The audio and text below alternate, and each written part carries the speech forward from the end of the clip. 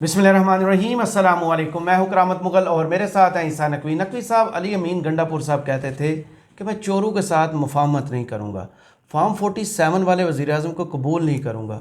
तो ये क्या हुआ, मुलाकात भी कर ली और उसके बाद प्रेस कॉन्फ्रेंस भी। और दूसरी तरफ इमरान खान साहब ने जो पेशगोई की है वो कितनी ख़तरनाक है। देखिए, मैंने तो उस वक्त भी प्रैक्टिकल बात की थी कि जो अली अमीन गंडापुर साहब कर रहे हैं, इस पोजीशन को सस्टेन करना बड़ा मुश्किल काम है और बतौर हुकूमत उन्हें ये नहीं करना चाहिए। बहरहाल उन्होंने किया। जब मैंने वो बात की तो हमारी वीडियो के नीचे बहुत सारे लोगों ने कमेंट्स भी किए। उन्होंने कहा कि आप किस किस्म की बात कर रहे हैं, आप तहरीक इंसाफ के ख़िलाफ़ बात कर रहे हैं। भाई, मैं प्रैक्टिकल बात कर रहा हूँ, मैं असल बात कर रहा हूँ। मेरा काम तो ज़ाहिर है किसी को प्लीज़ करना तो नहीं है। देखिए, जहाँ पर पीटीआई की अपोजिशन है वो वहाँ पर धड़ल्ले से अपोजिशन करे। जो कौमी असम्बली है, पंजाब असम्बली है, वहाँ पर करे अपोजिशन। जहाँ पर आपकी हुकूमत है वहाँ पर बतौर हुकूमत आपकी कुछ जिम्मेदारी हैं। अगर आप वो नहीं करेंगे तो आपकी हुकूमत नहीं चल सकेगी। सही। फिल वक्त प्रैक्टिकली रियलिटी ये है कि ऑन पेपर तहरीक इंसाफ के पास क्लेम ये है कि हमारी पूरे पाकिस्तान में हुकूमत बनती है, लेकिन उनके पास हुकूमत है एक सूबे की, और वो सूबे में भी अगर हुकूमत कायम ना रहे तो फिर आप बैक टू स्क्वायर वन। 2023 के जनवरी में जब आपने पंजाब और खैबर पख्तूनख्वा की हुकूमतें तहलील कर दी थी, आप उस सूरत हाल में आ जाएंगे। सही। मैं तो एक्सट्रीम पोजीशंस को भी डिस्कस कर चुका हूँ जो कि आपकी हैं गवर्नर राज की।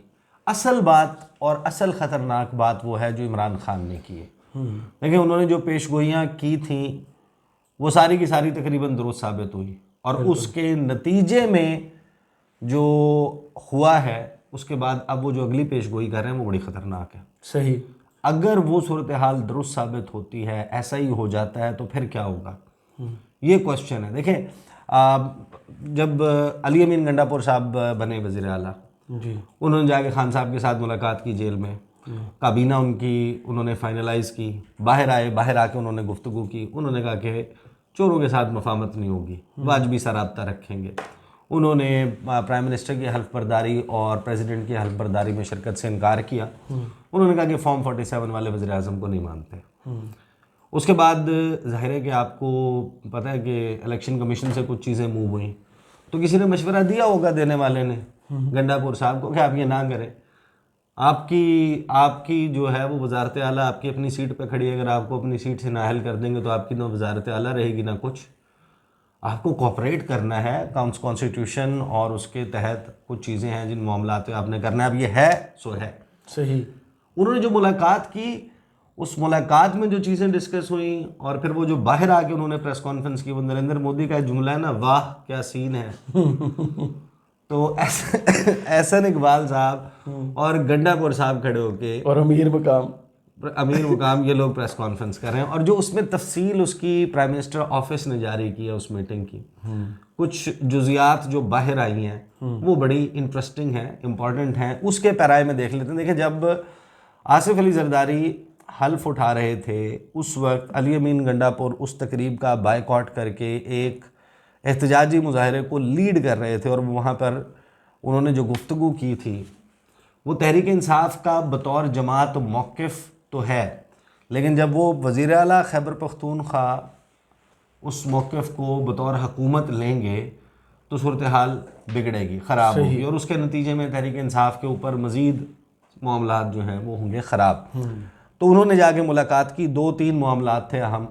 ज़ाहिर है कि उनको पता है कि उन्हें अब कोऑपरेट करना है, as chief minister Khyber Pakhtunkhwa liaison भी रखना है, उनका एक राब्ता भी रहना है। फिर जो सूबे और वफाक के दरमियान, क्योंकि जब शहबाज शरीफ गए तो उनको रिसीव नहीं किया। उन्होंने कहा मैं सूबे में था नहीं। नहीं, वो सूबे में थे। हाँ, लेकिन उन्होंने मीडिया टॉक में कहा है। नहीं, वो दीगर, अब ज़ाहिर है कि अब उन्होंने कह दिया वो सूबे में थे। उन्होंने उसी दिन और बहुत सारे इवेंट्स हैं जहाँ पर उन्होंने शिरकत की। उन्होंने गालिबन अपनी काबीना के लोगों के साथ भी मीटिंग की। मुझे एग्जैक्ट मीटिंग नहीं याद आ रही, लेकिन उन्होंने उस दिन एक मीटिंग शेयर की थी जिस दिन गवर्नर हाउस में तकरीब हो रही थी, चेक डिस्ट्रीब्यूशन सेरेमनी। बहरहाल वो प्रोटोकॉल्स और उसके मुताबिक वो अब मामला था जो चीफ सेक्रेटरी की तैनाती है, वो मामला था।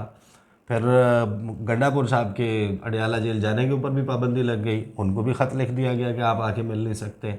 उसके बाद जो है वो जो वाजिबुल अदा रकम है 1510 अरब 1500 से ज़ायद जी की जो अरब की जो रकम है उसका मामला भी है, तो उसको आपने अब सुलझाना तो यही है। लेकिन उस पर भी उन्होंने ट्रक की बत्ती के पीछे वज़ीर आज़म ने लगाया ना कि जब तक ये मुज़ाकरात पूरे नहीं होते तब तक इंतज़ार करें। हाँ, अब ये तो देखें, अब ये इस वक्त पाकिस्तान में IMF अगर आपको चैप्टर ज़रा देखिए, जब हम दो बातें, एक है हम आइडियल बात करते हैं कि ये कानून की किताब है या इनकी किताब है, इसके मुताबिक ही होना चाहिए, इसके मुताबिक ही होना चाहिए, अब नहीं हो रहा तो अब क्या करना है?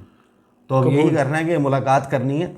अब जो गंडापुर साहब ने बाहर आके गुफ्तगू, क्योंकि खान साहब ने जो मुलाकात में मीडिया के साथ बात की है उस पर हम आते हैं बाद में, क्योंकि दैट वो है असल क्वेश्चन जिसके ऊपर सब लोगों को स्केप्टिकल होना चाहिए और कोशिश करनी चाहिए कि वो सिचुएशन डेवलप ना हो।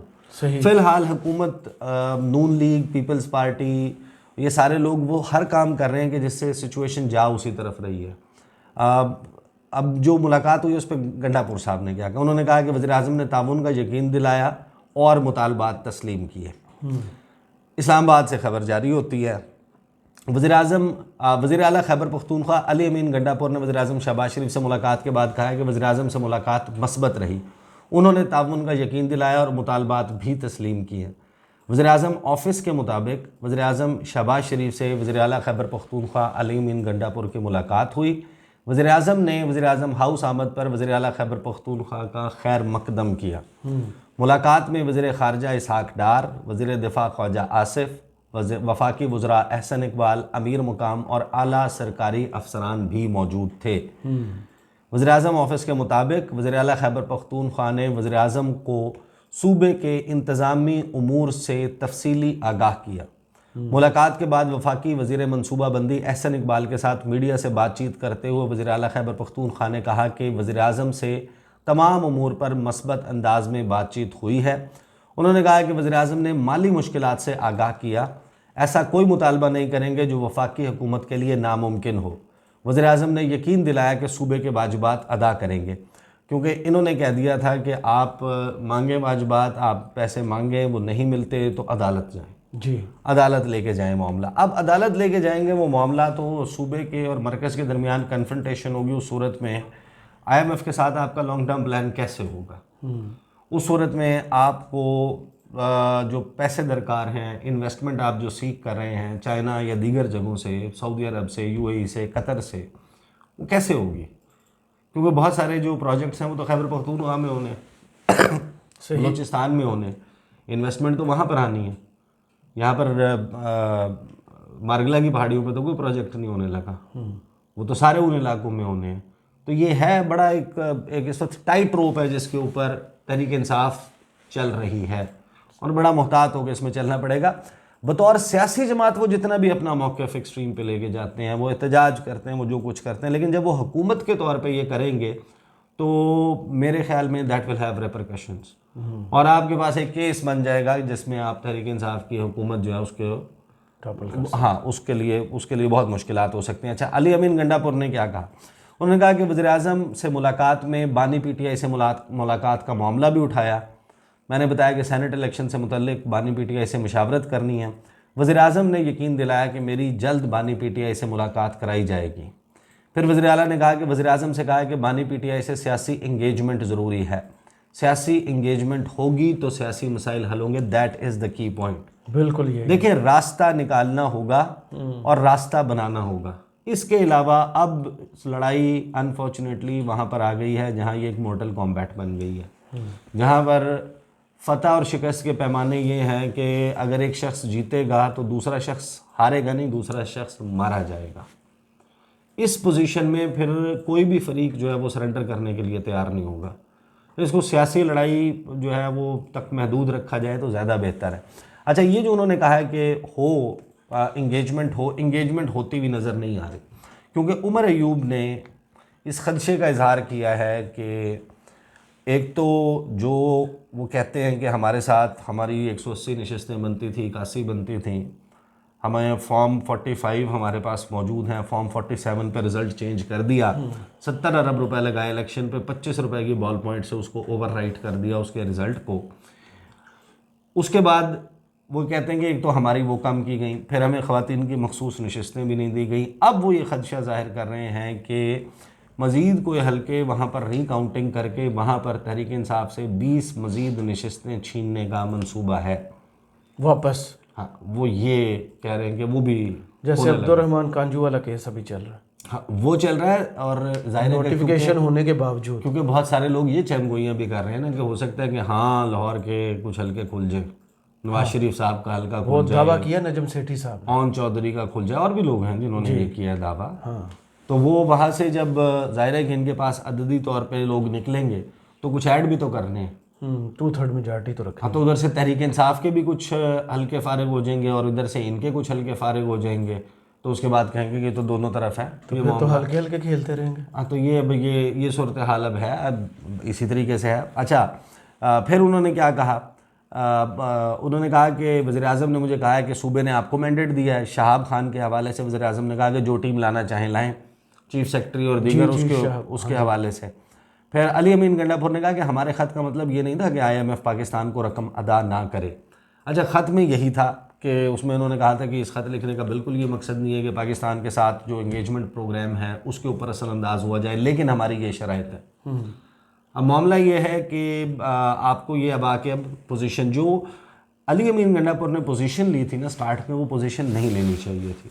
पॉलिटिकली आप और डिप्लोमेटिकली जिस पोजीशन को सस्टेन ना कर पाएँ, ऐसी पोजीशंस लेने से पहले बंदे को बहुत बारहा सोचना पड़ता है। मैंने तो आपको फौरी तौर पे ऑफ द कफ मैंने अपना रिएक्शन बता दिया था कि ये कोई इतनी दुरुस्त पोजीशन नहीं है जो ली जा रही है। आगे उन्होंने कहा कि जो एहसन इकबाल साहब हैं, उन्होंने कहा कि वज़ीर आला खैबर पख्तूनख्वा की वज़ीर-ए-आज़म से मुलाकात का खैर मकदम करते हैं। वफाकी हुकूमत खैबर पख्तूनख्वा में अमन व तरक्की के लिए हर मुमकिन किरदार अदा करेगी। उन्होंने कहा सियासत अपनी अपनी मगर रियासत साझी है। वज़ीर-ए-आज़म ने रांझी नहीं, सियासत साझी है, रियासत साझी है। वज़ीर-ए-आज़म ने इन्हीं जज्बात का इजहार किया जो अली अमीन गंडापुर ने किया। फिर उन्होंने कहा कि वाजिबात की अदायगी का यकीन दिलाया है। IMF के साथ मुज़ाकरात के बाद वाजिबात के पर इजलास का कहा कि पहले ये यहाँ से पैसे आ रहे हैं। मैंने यही आपको बात बताई कि उन्होंने भी ये कड़की लगाई है। फिर वो लोड शेडिंग का मामला उठाया। जो इम्पोर्टेंट बात है, उन्होंने कहा कि वज़ीर आला ने उन कैदियों का भी जिक्र किया जिनके खिलाफ शवाहिद नहीं। वज़ीर-ए-आज़म ने कहा कि किसी के खिलाफ नाइंसाफ़ी नहीं होगी। ये तो पिछली हुकूमत में यही कहते रहे थे। हाँ, लेकिन मेरा ख्याल है कि अब शायद ये जो मुलाकात हुई है, इस मुलाकात के बाद अब चांस बन सकता है कि इस मामले पर पेशरफ्त हो। आपने माजी में देखा, क्योंकि अगर आपने IMF करना है, अगर आपने इन्वेस्टमेंट लानी है, आपको बहुत सारे बाब बंद करने होंगे। ये जो नारे लग रहे हैं ना कि यूं लेजिस्लेशन और इस तरह हो जाएगा और मज़ीद लोग पकड़े जाएंगे, मेरा नहीं ख्याल कि उससे सूरत हाल आगे चल सकती। माजी में जो मुज़ाकरात हुए थे 2-3 अदवार, उसमें जॉइंट प्रेस नहीं थी। PTI और मुज़ाकराती टीम ये पहली थी जो जॉइंट थी, नून भी थी और PTI भी थी। उन्होंने अलग-अलग नहीं की। जो माजी में हमने देखा। अब जो इमरान खान साहब ने बात की है, देखें वो उसकी खबरें आप लोगों ने देखी होंगी, बहुत सारे लोगों ने देखी होंगी, सामने आई हैं। खान साहब ने कहा कि पाकिस्तान में जो है वो श्रीलंका वाला काम होने जा रहा है। डिफ़ॉल्ट से हट के भी ना देखें, पब्लिक आउटबर्स्ट ऑन स्ट्रीट्स और take over of government buildings, ये हुआ था ना डिफ़ॉल्ट होने के बाद हुआ था। नहीं, वो क्या हुआ था, डिफ़ॉल्ट जब हुआ श्रीलंका, भाई कैसे हो गया था वो? लोग क्यों निकले थे बाहर? लोग तब बाहर निकले थे जिस वक्त जो पहले पेट्रोल है, आपके यहाँ फ्यूल जो है वो आना ख़त्म हुआ मुल्क में। आपने पहले पाबंदी लगा दी कि एक वक्त में इतने से ज़्यादा फ्यूल नहीं डलवा सकते। आप 6-6 घंटे 8-8 घंटे लाइन में लगने के बाद 5 लीटर पेट्रोल डलवाने के बाद या डीजल डलवाने के बाद आपको रवाना होना पड़ता था, फिर आपके पास ख़त्म हो जाता था। बिजली की जनरेशन जो है वो ख़त्म हो गई थी, लोड शेडिंग हो गई थी, बदतरीन आपके यहाँ फूड इन्फ्लेशन, खाने पीने की अशिया लोगों की पहुंच से दूर हो गई। उसी ने लोगों को फोर्स किया ना कि वो बाहर निकले। तो खान साहब जो अब कह रहे हैं, उन्होंने जो गुफ्तगू की, उन्होंने कहा कि मैंडेट छीन कर कौम की उम्मीद ख़त्म कर दी गई, मेरी सारी पेशगोइयाँ सच साबित हुई, अब बता रहा हूँ पाकिस्तान में श्रीलंका वाला काम होने जा रहा है।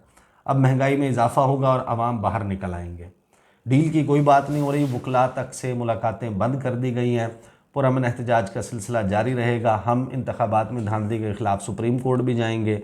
उन्होंने कहा कि सेनेट इलेक्शन में फिर पैसा चलने वाला है। गुज़श्ता सेनेट इंतखाबात में गिलानी का बेटा पकड़ा गया, आज तक सज़ा नहीं हुई। सब कुछ झूठ पर चल रहा है, इलेक्शन झूठे हुए, सिक्योरिटी थ्रेट का कहा जा रहा है, ये भी झूठ है। इंतखाबात में पीटीआई को मैदान में नहीं आने दिया गया, वोटर ने पोलिंग डे पर उनसे बदला लिया, लेकिन वोट के ज़रिए तब्दीली को तस्लीम नहीं किया गया। That is the reality. इस वक्त जो पाकिस्तान में सिचुएशन है, वोट हो चुका, इंतखाबात का प्रोसेस बार बार नहीं हो सकता। अब इस सारी सिचुएशन में जो जिस तरफ इमरान खान साहब इशारा कर रहे हैं वो उस सूरत में बिल्कुल लाइकली है, क्योंकि देखें अभी तो आपने कोई इजाफी मेयर्स नहीं लेने। जब हम बात कर रहे हैं इस वक्त IMF की टीम पहुंच चुकी है, उनके साथ बातचीत हो जाएगी, आपको अगले हफ्ते तक पैसे भी ट्रांसफ़र हो जाएंगे, 1.1 अरब डॉलर। मामला शुरू होगा जिस वक्त EFF के लिए, एक्सटेंडेड फंड फैसिलिटी के लिए IMF के साथ जो है वो एक नया प्लान ऑफ एक्शन तय पाएगा। आपको 6 अरब डॉलर से 10 अरब डॉलर तक के आप प्लान चाह रहे हैं कि आपको बेस्ट प्लान मिल जाए 6 साल के लिए, 7 साल के लिए। उसके लिए तमाम स्टेक होल्डर्स का ऑन बोर्ड होना ज़रूरी है। और वो जो इजाफी मेयर्स होंगे, एक तो ये कि आपका बजट हुकूमत के अपने हाथ में नहीं होगा, IMF अप्रूव करेगा, IMF बजट देगा। उसके बाद आपको जुलाई से फॉर एग्ज़ाम्पल दोबारा से बिजली की कीमतें बढ़ानी होंगी।